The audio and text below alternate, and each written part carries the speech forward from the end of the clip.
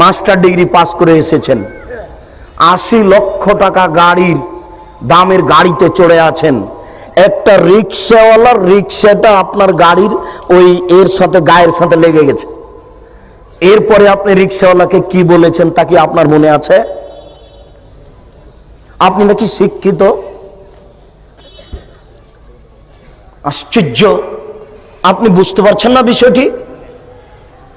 প্রত্যেকটা মানুষ আপনি দেখেন রাস্তাতে, যখন যার গাড়িতে একটু লেগে যাচ্ছে তখন একবারে একজন আর একজনের উপরে এমন ভাবে ক্ষেপে উঠছে যে একবারে মানুষই নয়, মানুষই নয় তার চালচলন।